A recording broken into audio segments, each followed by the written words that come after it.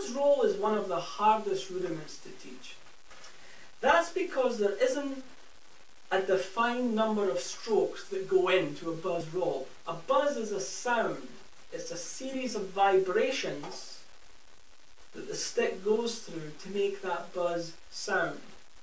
There's no number of strokes. You either can hear it or you can't hear it.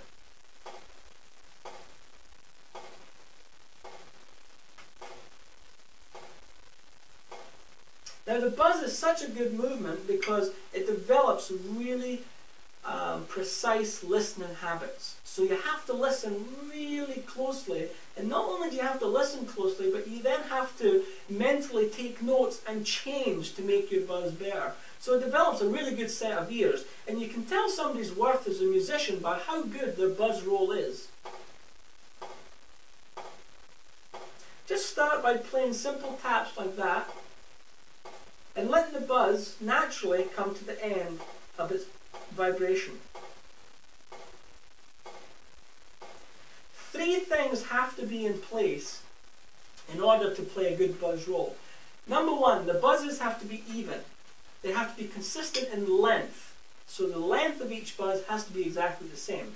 Number 2, the volume of each buzz has to be the same. You can't have one buzz louder than the other. It's going to be uneven. So you have to have the volume the same. Number 3, goes without saying, you're a drummer, you have to have good timing. So the timing has to be even.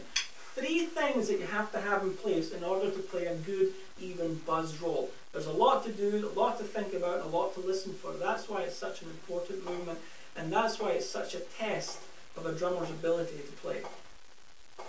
So at this tempo, when you're playing nice and slow, take your time. Go for consistency. Make sure that each buzz that you play sounds exactly like the last one. That's what's important at this tempo. Now, as you increase the tempo, you're going to need to shorten the length of the buzz. And you do that by applying pressure to the stick. You apply pressure between the grip and the fingers. That's where you're going to apply pressure. So as you increase the tempo, you're going to apply pressure. And by applying pressure, you've shortened the buzz.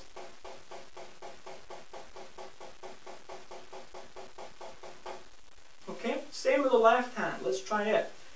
Of course, the technique is a little different. The pressure is now applied with the grip, which is the fulcrum, and the thumb on top of the stick.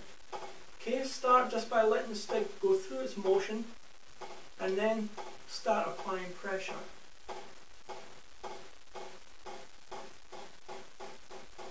As you increase the speed.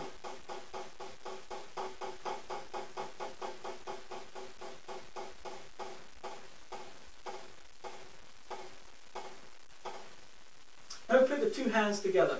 Start slowly and let the sticks go through the natural bounce and vibration that they want to do. Depending on the pad and the bounciness of the pad, it's going to determine a lot about how much of a buzz you're actually going to get. This is an excellent exercise to play on a nice bouncy gum rubber pad. As you increase the tempo, decrease the length of the buzz.